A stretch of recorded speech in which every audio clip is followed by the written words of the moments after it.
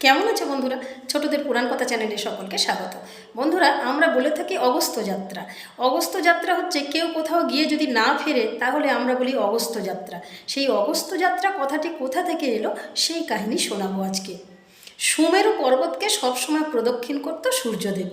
সুমেরু পর্বতের পাশাপাশি অবস্থান করে বিন্ধ্য পর্বত। বিন্ধ্য পর্বত একদিন সূর্যকে ডেকে বলল যে আপনি তো সবসময় সুমেরু পর্বতকে প্রদক্ষিণ করেন, আমাকে কেন? তখন সূর্যদেব বললেন, আমি তো আপনাকে প্রদক্ষিণ করতে পারি না, ভগবান আমাকে এই পথ নির্দিষ্ট করে দিয়েছে। ভগবানের দেওয়া নির্দিষ্ট পথেই তো আমি চলবো, আমি তো তার অনর্থা করতে পারি না।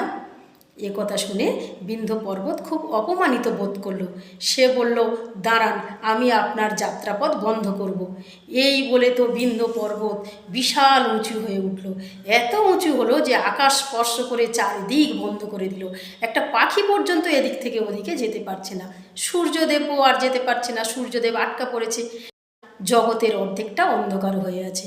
সমস্ত দেবতারা গিয়েই বিন্ধ্য পর্বতকে অনুরোধ করলেন যে আপনি যেমন ছিলেন তেমন থাকুন, আপনি মাথা নিচু করুন।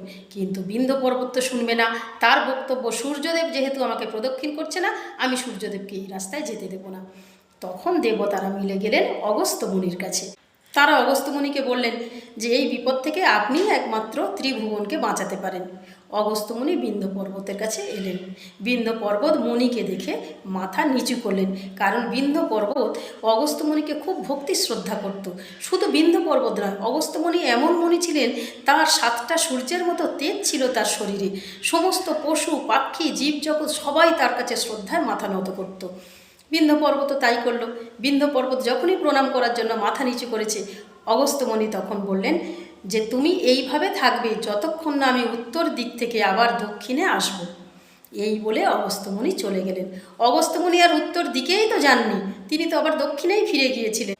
বিন্ধ্য পর্বত মাথা নিচু করে রইলেন অগস্ত্য মুনি না আসা পর্যন্ত। আজ পর্যন্ত বিন্ধ্য পর্বত মাথা নিচু করে আছেন, কারণ অগস্ত্য মুনি কোনো দিনই আর উত্তর থেকে দক্ষিণে আসেননি।